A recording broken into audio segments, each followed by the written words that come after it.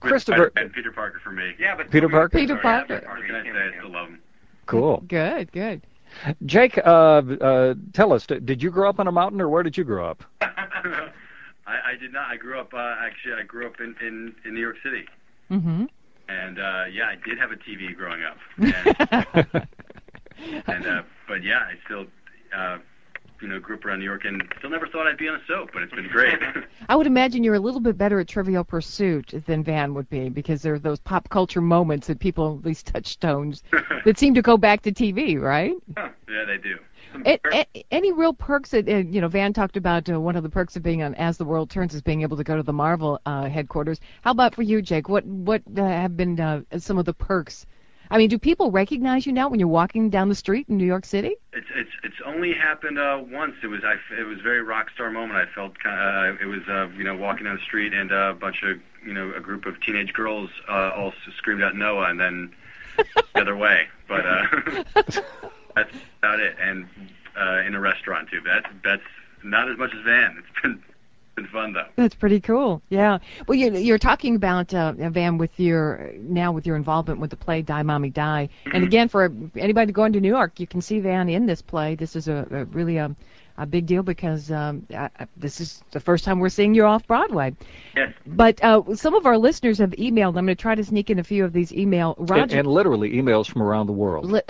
My favorite is from the Netherlands. But Roger emailed and said his only complaint is that the storyline is only on about twice a week, and other stories seem to be more front burner. Is there any chance that there will be more airtime spent on the storyline? Well, we always want the audience to want more, so that's the key right now. And I think it's at a good pace right now, and as more story elements enter into it, it'll be on more often. But I think it's on. Again, we want the audience to really, really want to see this story, and I think it's in a good place.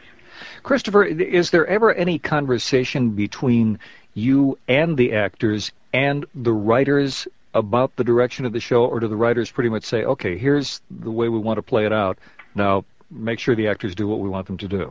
Well, the writers work with me on the story, and essentially we sort of map it out, and then we say to the actors, this is what you're going to do. Yeah. So, but I think, again, we haven't had to talk a lot about it because it was very clear what was going on. Yeah. Don't you agree, you guys? Yeah, I agree. I mean, as far as an actor on the show, I think just generally the way soaps work is that, the writers they're doing their job and you're doing your job, and I think it would get kind of muddled if the actors got too much involved with the writers because they are two separate things, I mean, I've been walking down the street once and some woman stopped me in the street and she's like, Van! And I was like, hi. And she's like, I'm a writer on your show. And I known for like a year and they hadn't ever met. Writers and actors pretty separate. And I think that's actually kind of a good way to go. Jake, a listener named Mickey wants to know if you are a contract player now. He's looking at me longingly. I am not. And maybe it's important to explain to our listeners what that means. When you're a contract player, it means you do, in fact, have a contract and you're going to be around for a little while, right? Simple as that. Well, from what I understand, lots of people can be on the show for a long time, without a contract. Mm-hmm. I don't think it makes a big difference. Well, I agree with you because one of our favorite characters was, the character of Vienna. She was kind of coming and going there, and then we realized, they got to keep her, and whether or not she's a contract player, you got to keep her. You hear me, Christopher? Oh, I would love to. I also have to know that there's some actors who do not want to go on contract, too. Really? Yeah, so it all depends upon each actor's individual circumstance. Yeah. Christopher, do you ever try to talk to the writers and get them to put actors into a plot line based on the chemistry they have? And here's where I'm going with this. For example, you mentioned Vienna. Vienna and Henry, wonderful, wonderful, wonderful chemistry between those two. And you could just kind of see it developing over the weeks. So is that something that you kind of take to the writers and say, look, these two people are really clicking together. Can we go somewhere with this? Absolutely. We're always looking for chemistry. You can have the best story on the face of the earth, and if you don't have the right actors matched up, it will fall flat on its face. So we are always depending and hoping for chemistry between two actors. And again, we sometimes it's a laboratory. Sometimes we've got to try 3 or 4 combinations to get it right. You had to be a wee bit surprised at the chemistry between Van and Jake when their storyline first started developing, because as a viewer, it was there to us from the get-go. Oh, from the first day when Jake, the first day you walked in, we could see, oops, something's going to happen here. Yeah.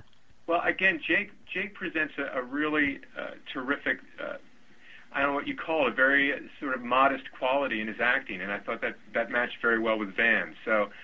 Again, I mean, we auditioned them together, and there were a lot of actors vying for the role of Noah, but I think I am looking for a certain combination in the casting process.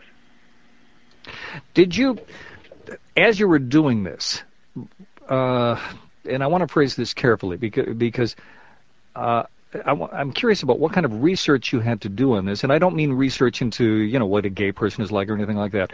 But one of the things that I was struck by was Maddie's relationship and how she reacted to all of this. And that was so well written and so well played out. And for people who don't watch the show, she's kind of the third wheel in that she has been involved with the character of Noah Mayer, and now all of a sudden she's thinking, wait a minute, my dear friend Luke is what?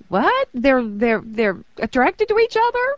Well, actually, what happened was this came from stories that I heard anecdotally from both men and women, and many times when a young man is finding his sexuality, he dates women at a certain age as he's determining, where his preference lies. So this came from stories that actually happened to real people, and that's where we took this story from. Wow. Yeah, kudos. Well, it is so well done. By the way, you don't have to answer this one, because I know you don't want to give anything away, but I'm convinced that Noah's father did it. Oh, come on. Yes. Yeah. We see. Can I just tell you a very bizarre thing that happens in our house? My mother and father are also addicted to the show. We have occasionally been known to go out to restaurants and get into these heated conversations, and I have to say, psst, down, bring it down a little bit, because the waitresses are all kind of standing over at their workstation, and you can tell they're talking behind their head. Those people over there are talking about so-and-so did it, and he killed him, and he's in the trunk of the car, and oh my God. And we realize, okay, and we're so passionate as we're talking about who did it, and little loud and little scary to people. And well, we live in an alternate reality here, so well, we are absolutely devoted fans, and just so happy with the direction the show has been taking, and can't thank you guys enough for staying up late. And the list is so long for all the people that we'd love to talk to on the show, but just tell them that Gwen is, she was such a fine Christopher, unbelievable. Jennifer Landon was a great moment when she first walked onto the screen. She's fantastic. And again, it sounds a little bit like we're gushing, but I don't apologize, because you guys are putting together some of the best product that we've seen on daytime television in a long time. Well, thank you very much. Amen. That means a lot. Well, keep up the good work, and if you ever find yourself in Chicago... You all have an open invitation. Thank you. Thank you, guys. Take care. Take care. Bye. Bye-bye now. That's Van Hansis, Jake Silbermann, and Christopher Goutman from As the World Turns. And for those of you that are saying, oh, gee, we wanted to call in, couldn't you keep them longer? No, honestly, it's an hour later where they are.